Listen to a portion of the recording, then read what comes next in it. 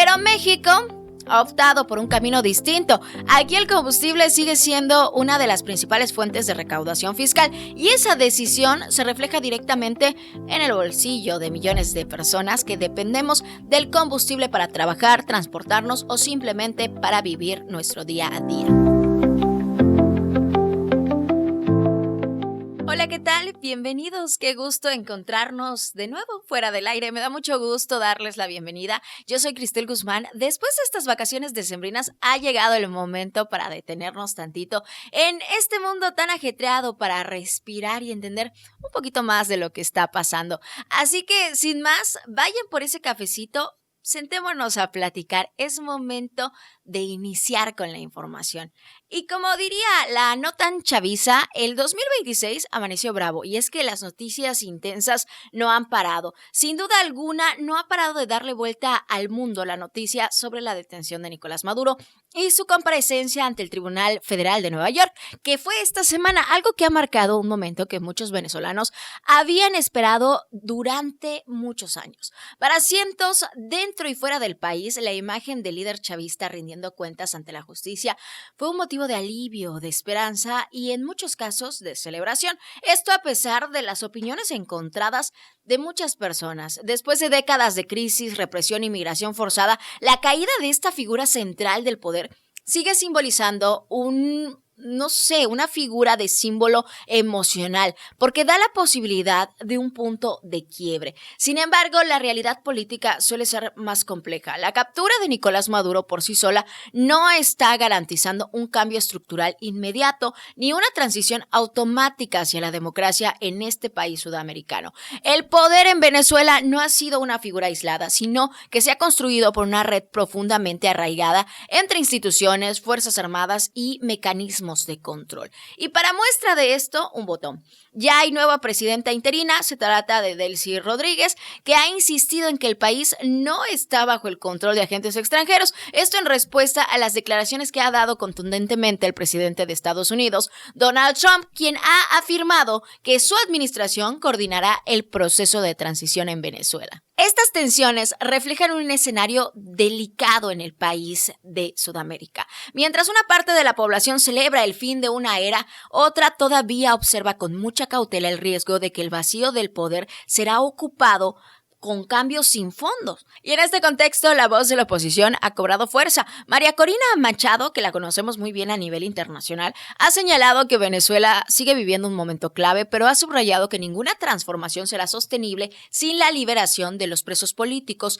sin el desmantelamiento de los aparatos represivos y sin el pleno respeto de los derechos humanos. Su mensaje está apuntando a una verdad incómoda. No basta con remover a un líder si las estructuras que sostuvieron este autoritarismo permanecen intactas.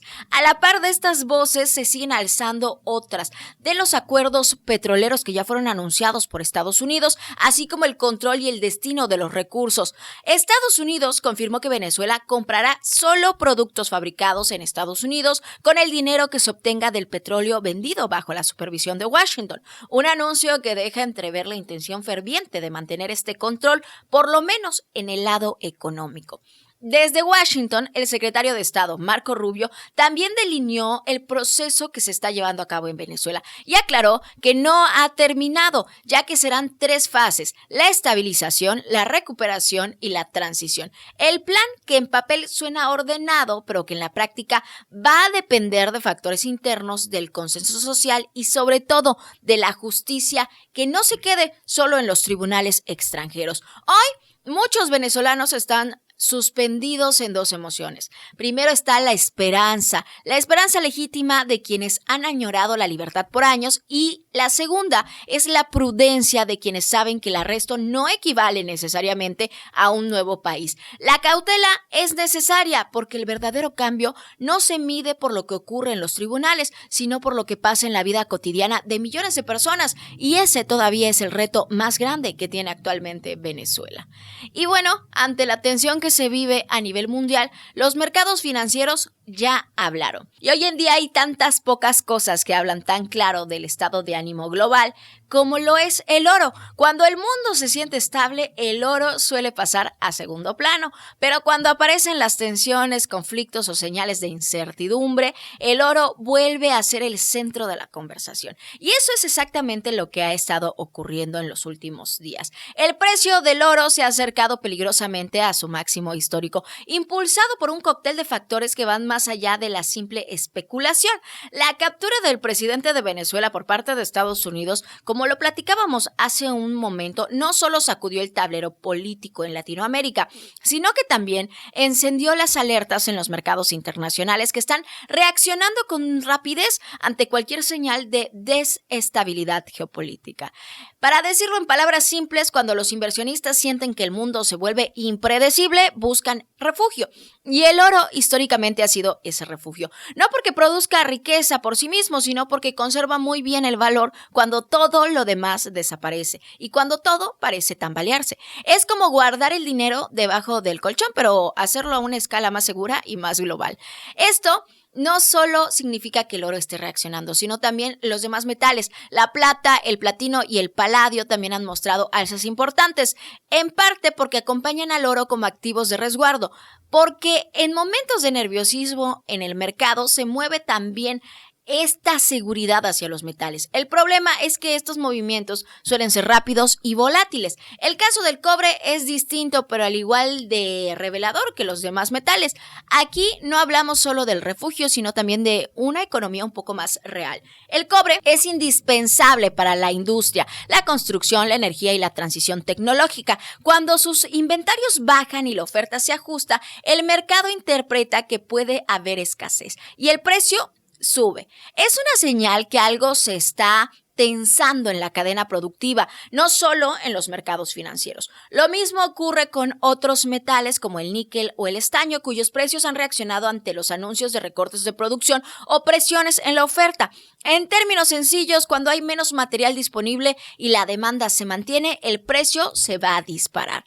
Todo esto nos está dejando una lectura clara. El oro no está subiendo porque el mundo esté tranquilo, está subiendo porque el mundo, al contrario, está muy inquieto, porque hay tensiones políticas, hay dudas económicas y hay decisiones pendientes que pueden cambiar el rumbo de los mercados a nivel mundial en cuestión de días. Y aunque esas cifras parezcan lejanas, lo cierto es que cuando el dinero se mueve por miedo, tarde o temprano, ese movimiento va a terminar reflejándose en la vida cotidiana de todas las personas. Y después de hablar de impactos internacionales, de dinero que se mueve por miedo, de mercados que reaccionan ante la incertidumbre global, también vale la pena detenernos un momento y mirar otro tipo de respuesta humana frente al mundo que cambia. Y no estoy hablando del poder ni de la economía, sino en esta ocasión vamos a hablar de la creatividad, porque mientras en muchos lugares se construye para durar, hay uno en donde se construye sabiendo desde el inicio que todo va a desaparecer.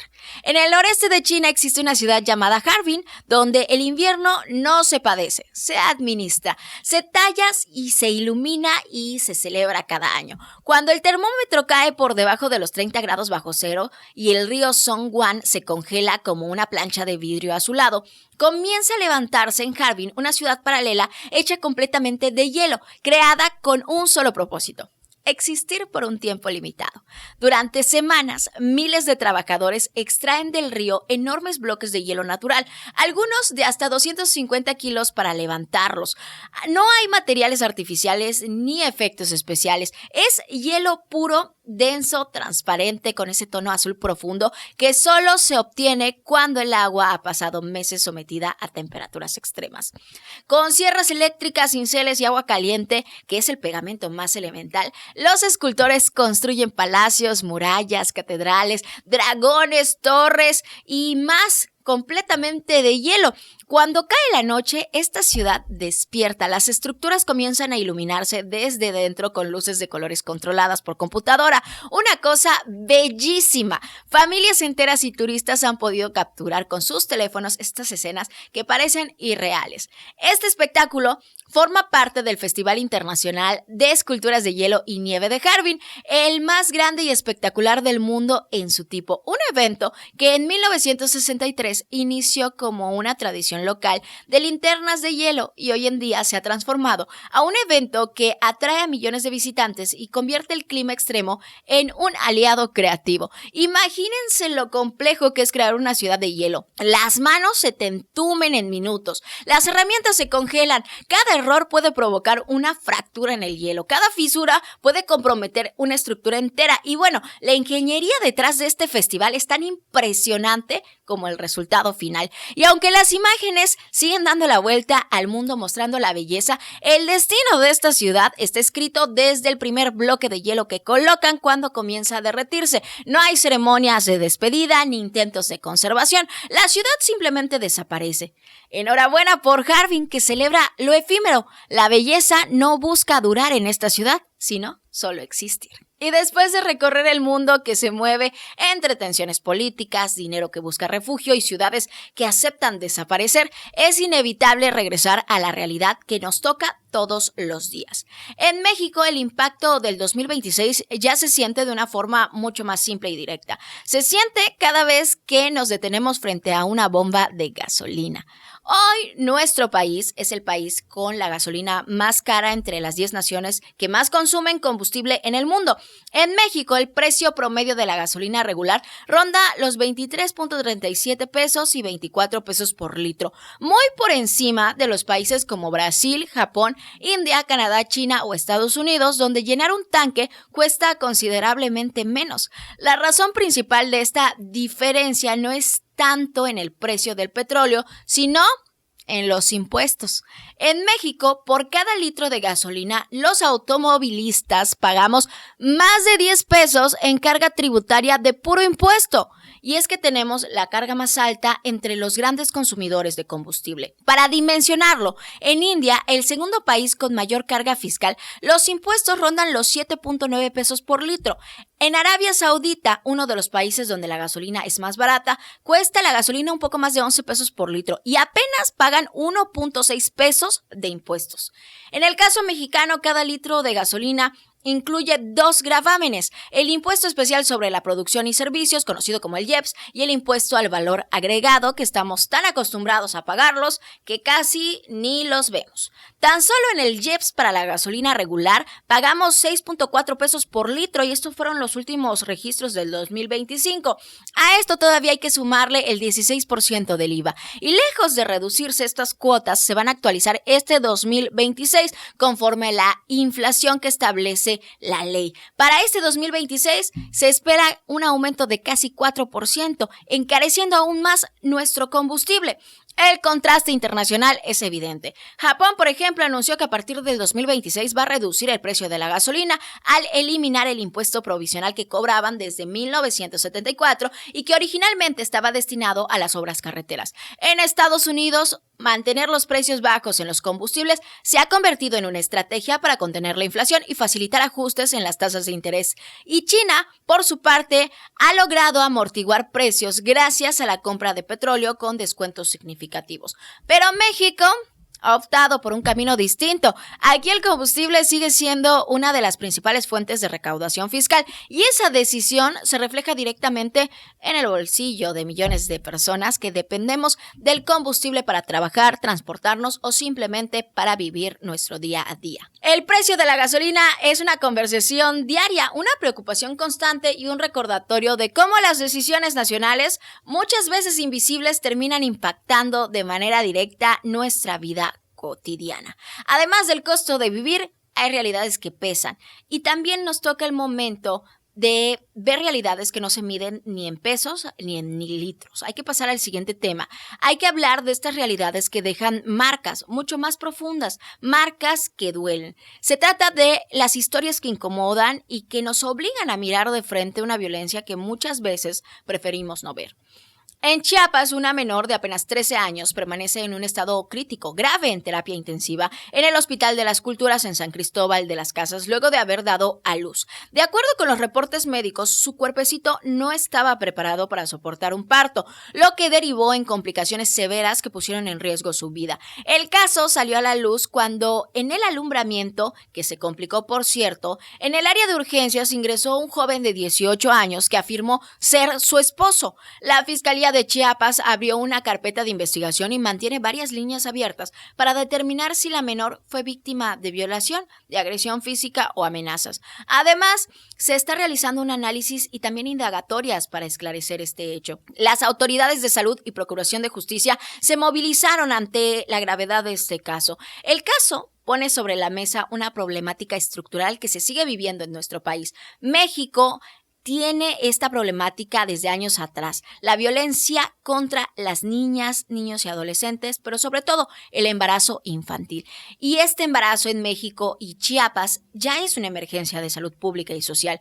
Chiapas es una de las entidades más afectadas, mostrando altas tasas de maternidad adolescente, especialmente en las comunidades indígenas, las comunidades que están vinculadas a la pobreza, a la falta de acceso a la educación sexual y a servicios de salud, comprometiendo el desarrollo futuro de las niñas y de las jóvenes. Durante 2025, el Hospital General de Tapachula, imagínense, atendió 526 partos de adolescentes, muchas de ellas menores de 17 años, incluyendo niñas de entre 12 y 14 años, y hay un caso de 10. Estos registros no contemplan los partos que fueron atendidos por parteras tradicionales en las comunidades rurales, el IMSS o clínicas privadas, por lo que la cifra real podría ser significativamente más grande. Chiapas encabeza hoy una estadística que debería avergonzarnos como país. Es el estado con la mayor tasa de embarazos infantiles y adolescentes a nivel nacional, mientras que nuestro país se mantiene entre las naciones con índices más altos en el mundo. En este escenario, Tapachula aparece como el municipio con mayor incidencia, lo comentábamos hace un momento, no por casualidad, sino por una combinación de factores que se repiten una y otra vez. La violencia sexual, la falta de educación integral, el abandono institucional y sobre todo, la impunidad. Esto no es un problema de decisiones individuales ni de errores personales, es un reflejo de lo mal que está el sistema, del sistema que llega tarde, que mira hacia otro lado y que deja solas a las niñas que deberían estar protegidas. Mientras estas cifras sigan creciendo, no podremos hablar de progreso ni de bienestar, porque un país que normaliza el embarazo infantil no solo falla en proteger a las infancias, sino que también falla en su responsabilidad más básica, que es contribuir a la sociedad.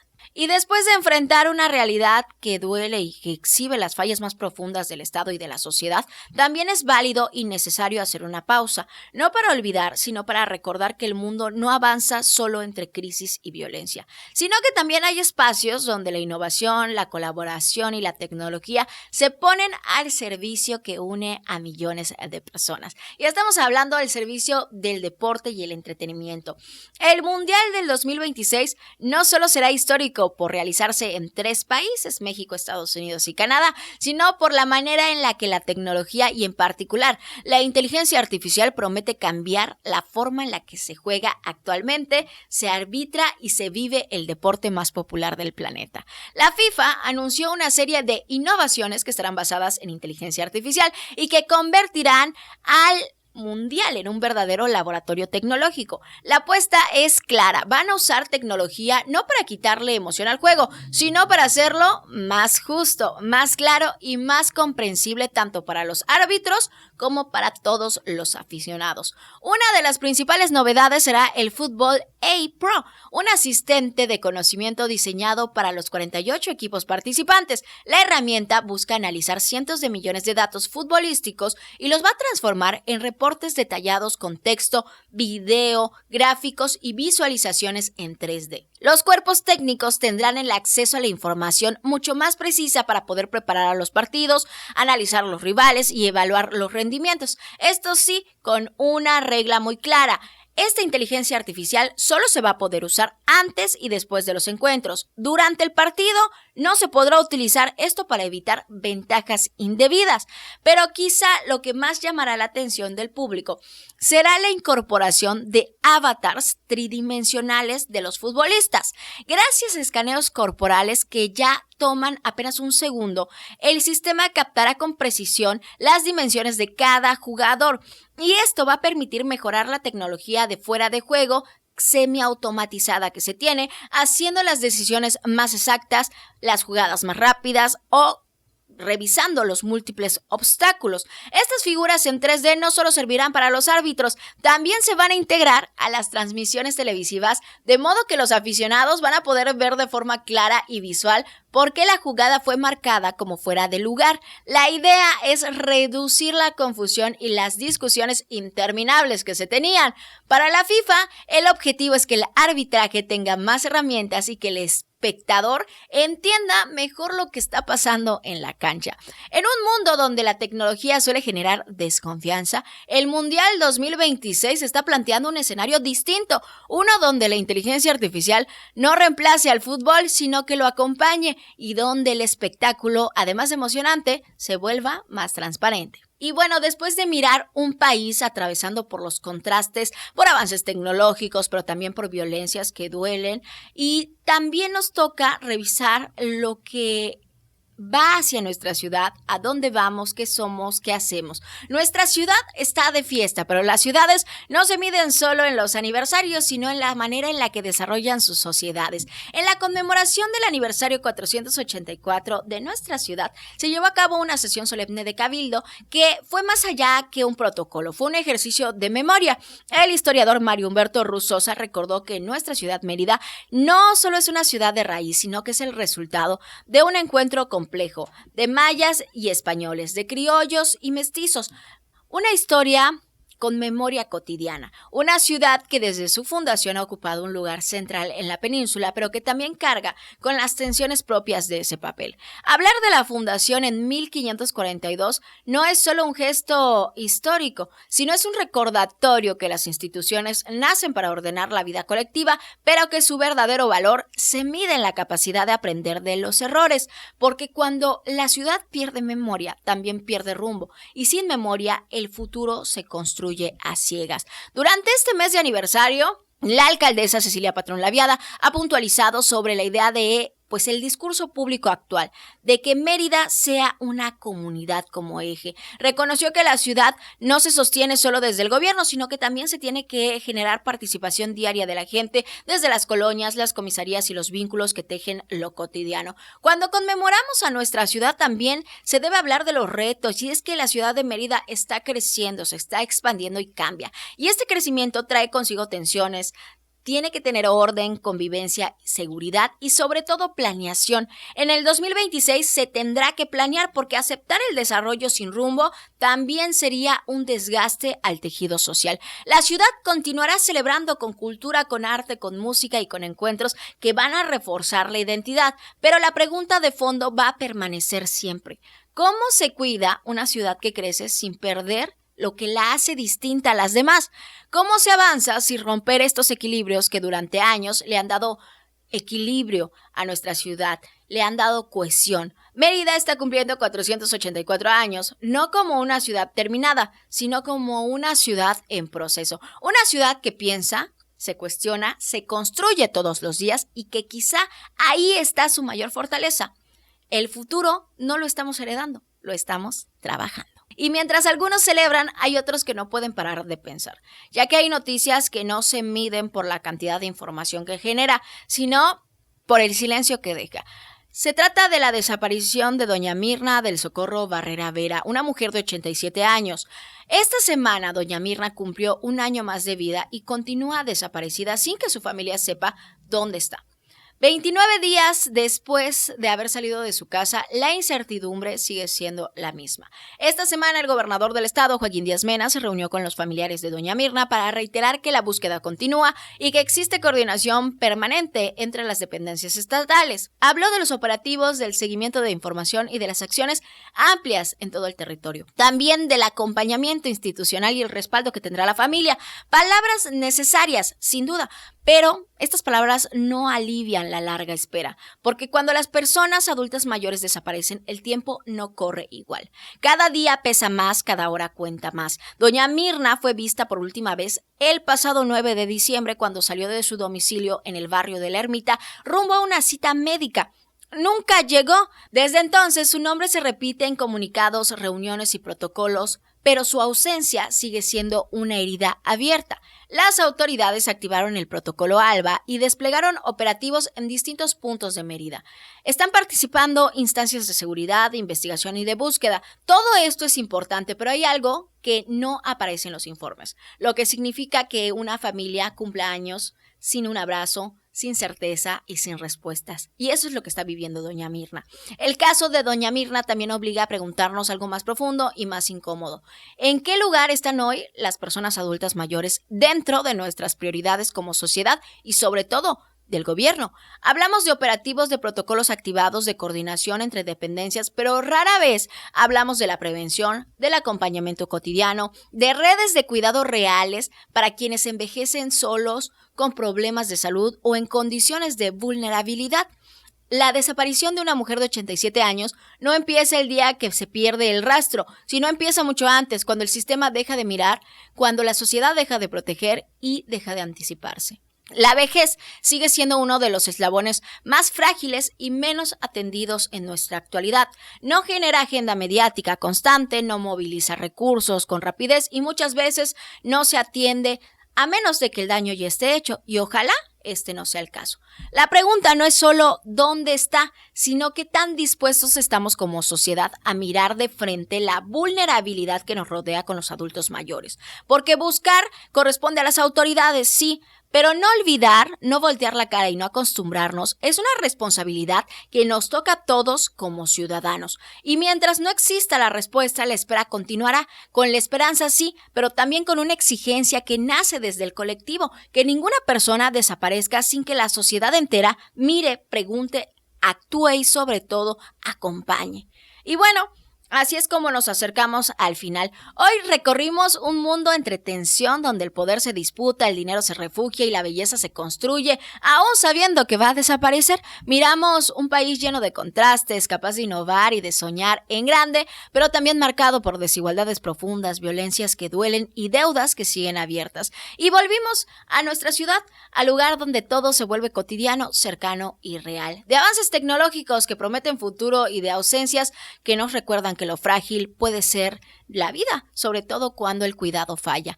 Cada tema, aunque distinto, nos llevó al mismo punto, la necesidad de no perder la mira crítica en la sensibilidad. Porque entender lo que pasa no solo es informarnos, es preguntarnos qué papel jugamos como sociedad, qué normalizamos y qué decidimos no mirar. Hemos llegado a la parte final. Yo les agradezco por acompañarme en este espacio donde pensar también es un acto de responsabilidad. Yo soy Cristel Guzmán, nos reencontraremos en el próximo episodio para seguir entendiendo lo que pasa y en el proceso ir entendiéndonos mejor. Nos escuchamos en el próximo Fuera del Aire. Hasta entonces.